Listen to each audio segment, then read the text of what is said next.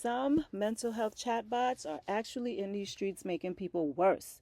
And when researchers tested them with teens, not one consistently pushed back against harmful ideas. That's a huge problem. So let's talk about it. Hey, beautiful people. Welcome or welcome back to Well with Mika, where we talk real wellness for your real life.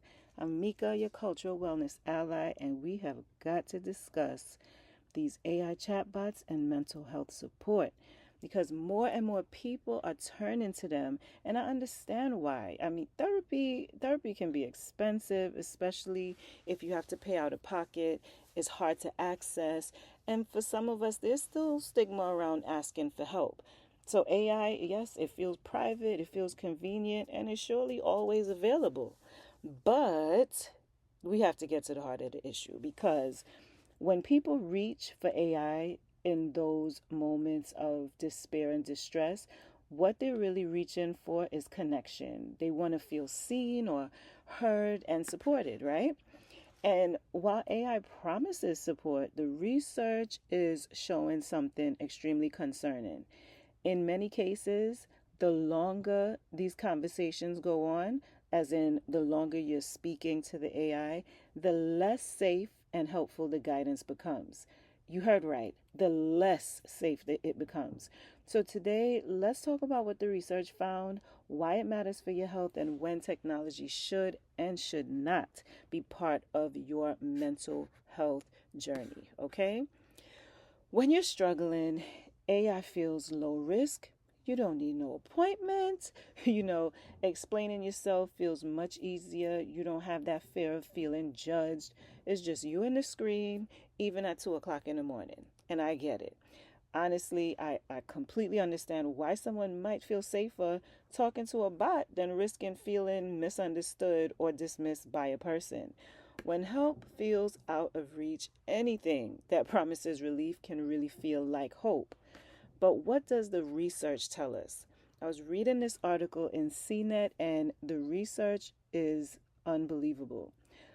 Researchers tested popular AI chatbots marketed for mental health support, and the results, especially over longer conversations, were troubling to say the least, okay? Across the board, the chatbots missed warning signs, they reinforced false beliefs, and they failed to respond safely when it mattered the most. So, what were the key findings? 32% of chatbots actively endorsed harmful proposals, including dangerous behaviors. When researchers posed as struggling teens, the chatbots endorsed half or more of harmful ideas, and not a single one consistently opposed all of them. When unaliving yourself was referenced indirectly, some chatbots even provided detailed information instead of offering crisis resources. And here's the pattern that stood out the most. The longer, and I mentioned it earlier, the longer the interaction, the worse the advice became. And these are not even fringe tools. These are chatbots that people are using right now on a regular basis, believing that they're getting real mental health support. Now, we've discussed this before. Mental health and physical health are deeply connected. Your mental state affects stress, sleep, immune function, pain, and heart health. It all overlaps. Human connection is not just comforting, it is protective. Real relationships, real support that reduces your health risk in ways technology simply it just they can't replicate. So AI can simulate empathy, but it doesn't actually understand you. It can't hear your tone, it's not noticing your hesitation, it's not recognizing when you're downplaying how bad things really are. And this is extremely crucial, okay? So stay with me here for a second. When someone is in crisis or emotionally overwhelmed, their ability to even evaluate advice is already compromised. And that's not a failure, it's just how crisis works. So when they're relying on a tool that also struggles to assess the risk, you're now creating a dangerous gap at the exact moment that support matters the most. But okay, we have to talk about when AI can actually help because I don't want you to mistake this. I'm not anti technology. AI can support mental health, but only as a tool, not as a replacement. All right. It may be useful for things like mood or habit tracking, if you want reminders for medication or coping practices, or even prompts to support maybe the work that you're already doing with a professional therapist. But AI, it should not be used for crisis support or for trauma processing or diagnosis or even major life decisions. Think of it something like a flashlight app, right? Flashlight apps, they're helpful in the moment, right? But not you're not going to rely on that for something like surgery, okay? And that's how we want to think about how we use AI for mental health support. And the next part is especially important for parents and caregivers because when researchers tested these chatbots by posing as struggling teens, the results were, I mean, alarming, okay? These chatbots, they reinforced harmful ideas too often and failed to consistently challenge dangerous thinking. So your teen may be using AI because it feels private and judgment free, especially if they're afraid or they're worried about coming to you or and they don't feel understood or if they might feel embarrassed to ask for help. These tools can unintentionally normalize harmful thoughts and miss the critical warning signs. And I mean, especially for younger kids and teens whose brains are still developing, they might not even recognize when the advice is unsafe. So what can we do? Because I'm a parent, I have a teenager. What should we be thinking about in the context of this AI and mental health conversation? You want to start the conversation early. Ask questions like, "Hey, have you ever talked to AI? Or a chatbot about how you're feeling?"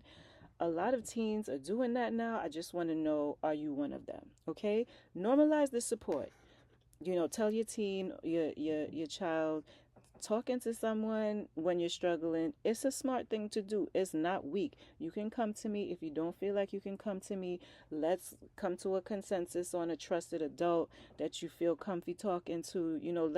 Let's work this out. Know the warning signs. If your child seems withdrawn, their drastic mood or sleep changes, they're expressing hopelessness or giving away possessions, those are huge red flags, warning signs that you don't want to ignore. And this also matters too, right? As we support our kids, our teens through real struggles, we also want to teach them that discomfort is part of being human. Not every hard feeling requires professional intervention. Now, that's a bigger conversation for another episode, so I'll just leave that right there. But if you're worried, please ask directly. Are you thinking about hurting yourself? Because the research shows that this opens the door to help. It doesn't plant the idea. Because I know intuitively you might feel like if I say it, then they might want to try it. No, the research shows that asking it actually is more helpful than anything. It's not an inception or a planting of the idea, okay?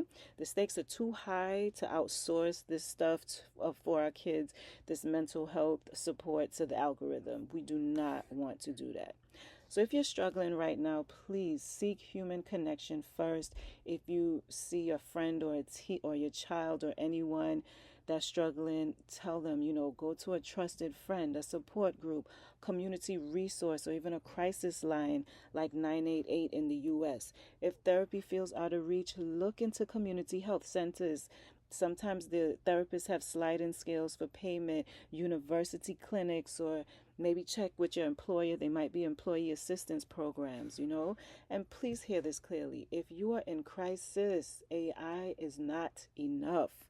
If you use AI for anything mental health related, please tell a real person what you're going through. Don't let the chatbot be your only support. Your mental health, it definitely matters. Your struggles are real.